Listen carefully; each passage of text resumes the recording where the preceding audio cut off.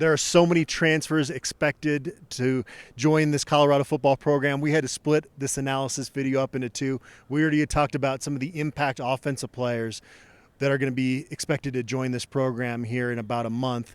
Defensively, a lot of bodies. We knew during spring ball that front seven was going to need a real makeover. Yeah, for sure. And we also knew, kind of watching it and listening to Coach Sanders, that the whole defense was going to get a makeover. But obviously defensive line, they only had, 3 or 4 guys on the roster going into that spring game, and then you lose Jalen Sami right after that game. So, yeah, we knew that was going to get a makeover, and it has. There's a lot more bodies there now. There's going to be more, I think. But, it's a ton of guys that are coming in right now.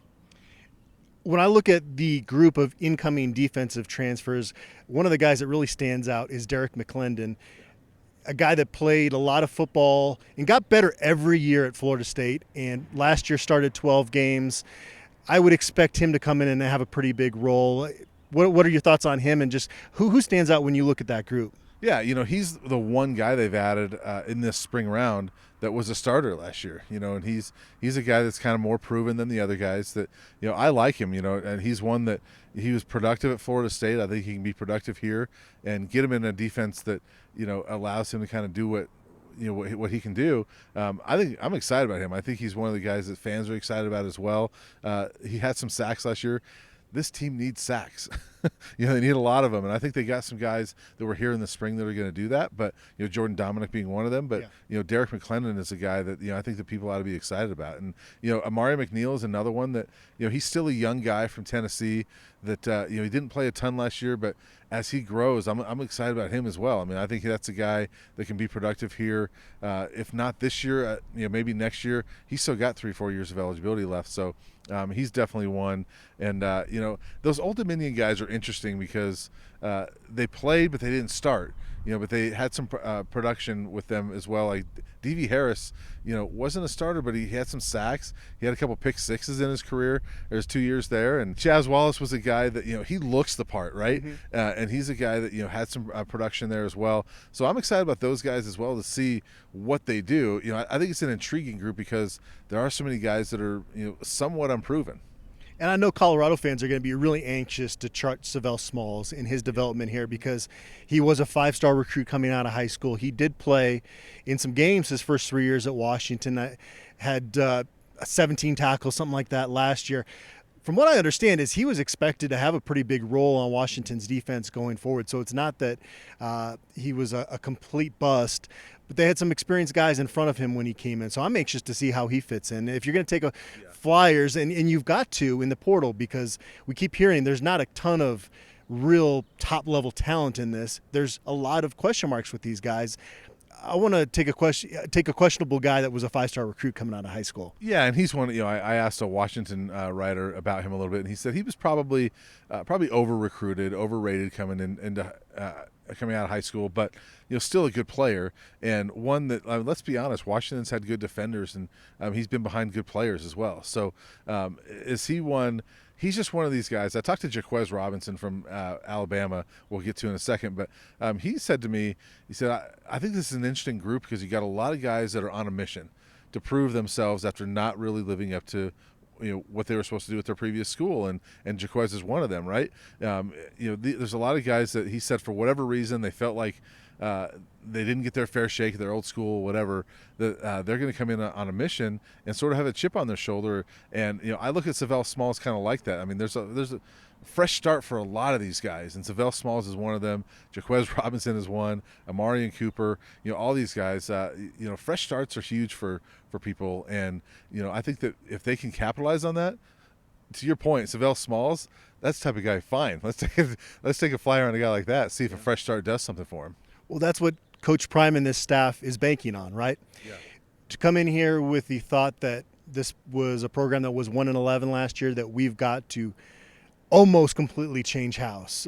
That's the vibe that we've gotten around here, talking about possibly having 8 returning scholarship guys by the time we get to preseason camp. That's unprecedented, obviously.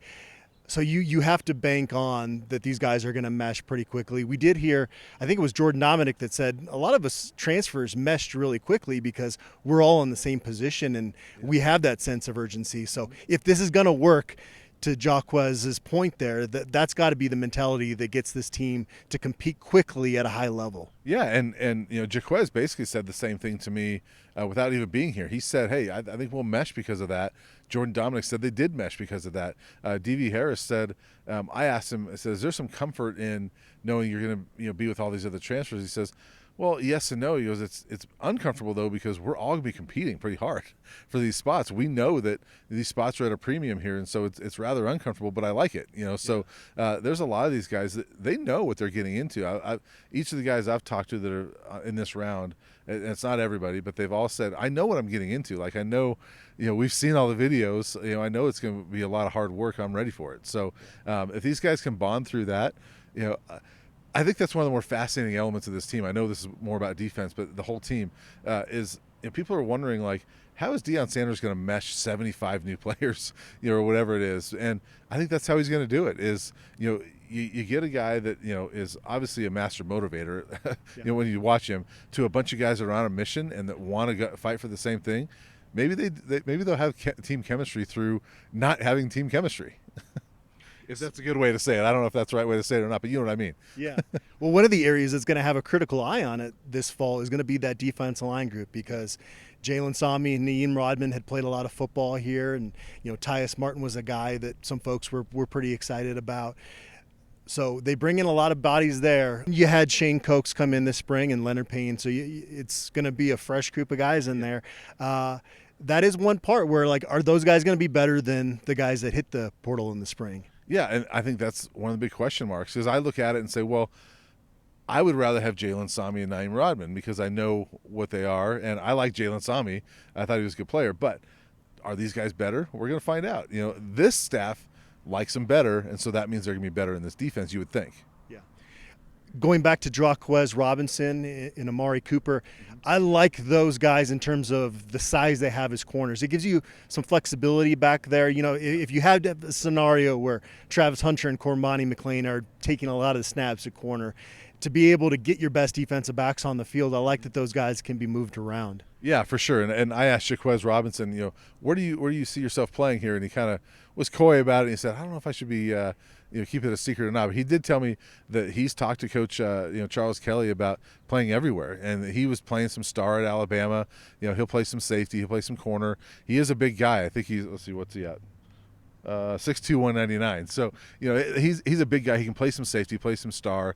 And I look at it and say, all right, if Travis and Cormani are there, and maybe Jaquez is not the starting safety. You got who knows, Trevor Woods, Cameron Silman Craig, Shiloh back there. Is Jaquez your star? Is Brendan Gant your star? So there's some versatility in this defense as well that I really like. Yeah, and you don't know where in the secondary injuries are going to pile up, so having pieces that can move around is a big deal. Vito Tisdale committed as we were preparing to cover the spring game, so I think his commitment kind of got lost in it, but this was a guy that was slated to start at Kentucky last year until he got hurt, ended up having to miss last season.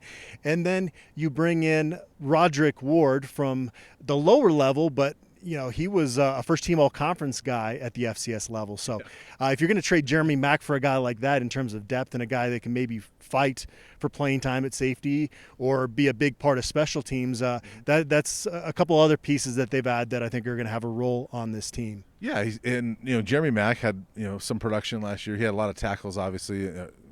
That's not good when the defensive back has so many tackles like they did last year. But I see him as like maybe Roderick is sort of like a bigger Jeremy Mack, right? And if he can have more production than that, then great. And so he's that good depth piece that, I think it was 11 pass breakups and 4 interceptions last year. That's pretty good production.